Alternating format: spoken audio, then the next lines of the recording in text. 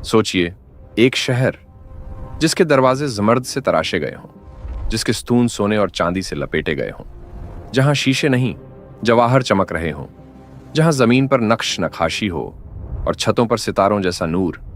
और फिर सोचिए, वही शहर हजारों फुट गहरी अरब की रेत के नीचे दफन हो।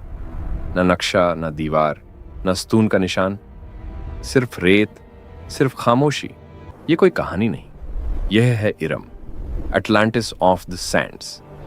एक ऐसा शहर जो जन्नत का मुकाबला करना चाहता था और फिर हवा ने उसे निगल लिया। आज हम उस रेत को कम हटा रहे हैं और देख रहे हैं घमंड का वजन कितना भारी होता है। अरब के रुब अल खाली रेगिस्तान के दरमियान एक बादशाह था, नाम शद्दाद। रिवायत के मुताबिक उसने सुना था कि जन्नत में बागात हैं, नहरें हैं, सोने के महल हैं, और उसने फैसला किया, मैं जमीन पर जन्नत बनाऊंगा। यह सिर्फ इमारतों का काम नहीं था, यह एक खुला चैलेंज था।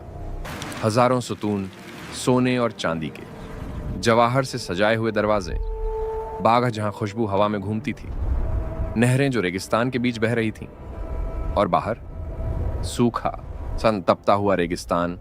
अंदर इंतहाई ऐशो आराम, बाहर इंतहाई सख्ती। यही फर्क सबसे पहला इशारा था। कुदरत और घमंड एक साथ ज्यादा देर तक नहीं चल सकते। इस शहर के लोग सिर्फ बिल्डर नहीं थे, वो अपने आप को लाफानी समझने लगे। उन्होंने कहा, हमसे ज्यादा ताकतवर कौन है? यहीं से कहानी आध्यात्मिक मोड़ लेती है। उनके पास पैगाम आया, हद। उन्होंने चेतावनी दी, घमंड छोड़ दो, शुक्र करो, जुल्म बंद करो। मगर जब शहर की दीवारें सोने की हों तो दिल पत्थर के हो जाते हैं। उन्होंने पैगाम को नजरअंदाज कर दिया और फिर आसमान बदलने लगा, हवा का रंग बदलने लगा, जमरूद के दरवाजों पर साया पड़ने लगा। कुछ ऐसा होने वाला था ना जिसे देखकर लोग हकीकत समझेंगे। कुदरत की ताकत अब सामने आने वाली थी। फिर आई हवा, मगर यह आम हवा नहीं थी। यह वह आंधी थी जो 8 दिन और 7 रात चली। रेगिस्तान की रेत उठी, मगर सीधे नहीं, घूमने लगी, चक्र बनने लगे, घर टूटने लगे, सतुओं गिरने लगे, लोग भागने लगे। मगर रेगिस्तान में भागना बेकार होता है। रेत ने दीवारें नहीं गिराई, रेत ने शहर को निगल लिया, जैसे जमीन ने मुंह खोलकर उसे अंदर खींच लिया हो। इरम टूट कर नहीं गिरी, इरम दफन हुआ, एक लोकलाइज्ड अपोकैलिप्स।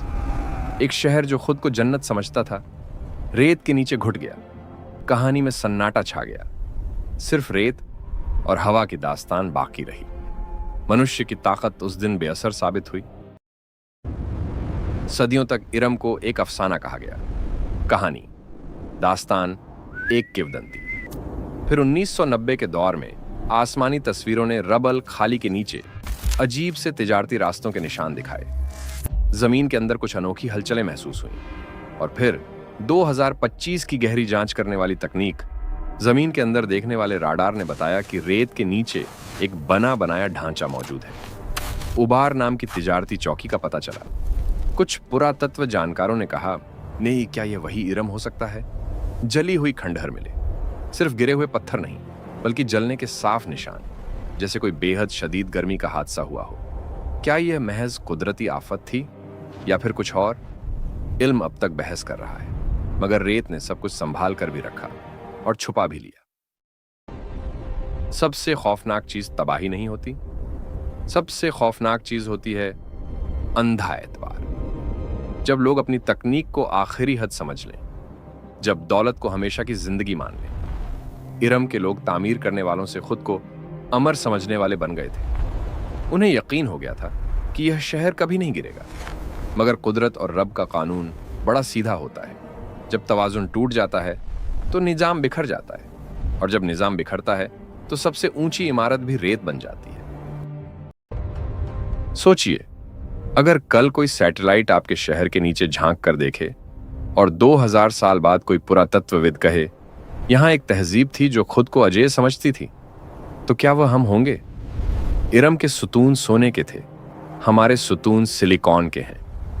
मगर घमंड का बोझ हमेशा एक जैसा होता है, और जब यह बोझ हद से बढ़ जाए तो जमीन खुद फैसला करती है।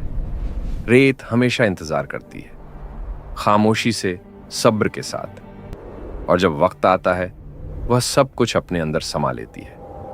यही पैगाम है। आज के दौर में हम भी सुतून खड़े कर रहे हैं, आसमान को छूती इमारतें, समंदर के बीच बनाए हुए टापू, रेगिस्तान में कांच के शहर। हम भी कहते हैं हम कुदरत को काबू में कर सकते हैं, मगर रेत हमेशा याद दिलाती है। रेगिस्तान सब्र करता है, खामोशी से देखता रहता है, फिर एक दिन निगल लेता है। इरम सिर्फ एक शहर नहीं, इरम एक चेतावनी है। हद से ज्यादा दौलत और रूहानी अंधापन आखिरकार गिरावट लाता है। इल्म के पास कुछ जवाब है, कहानी और रिवायतों के पास कुछ इशारे हैं, मगर रेगिस्तान अपने राज कभी पूरे नहीं बताता, वह बस इंतजार करता है। हमारे चैनल कासास ओलंबिया को ज़रूर सब्सक्राइब करें और बेल आइकन दबाना बिल्कुल न भूलें, ताकि हर नई और दिलचस्प इस्लामी कहानी, अंबिया के वाक़यात और रूह को छू लेने वाली मालूमात सबसे पहले आप तक पहुंच सके।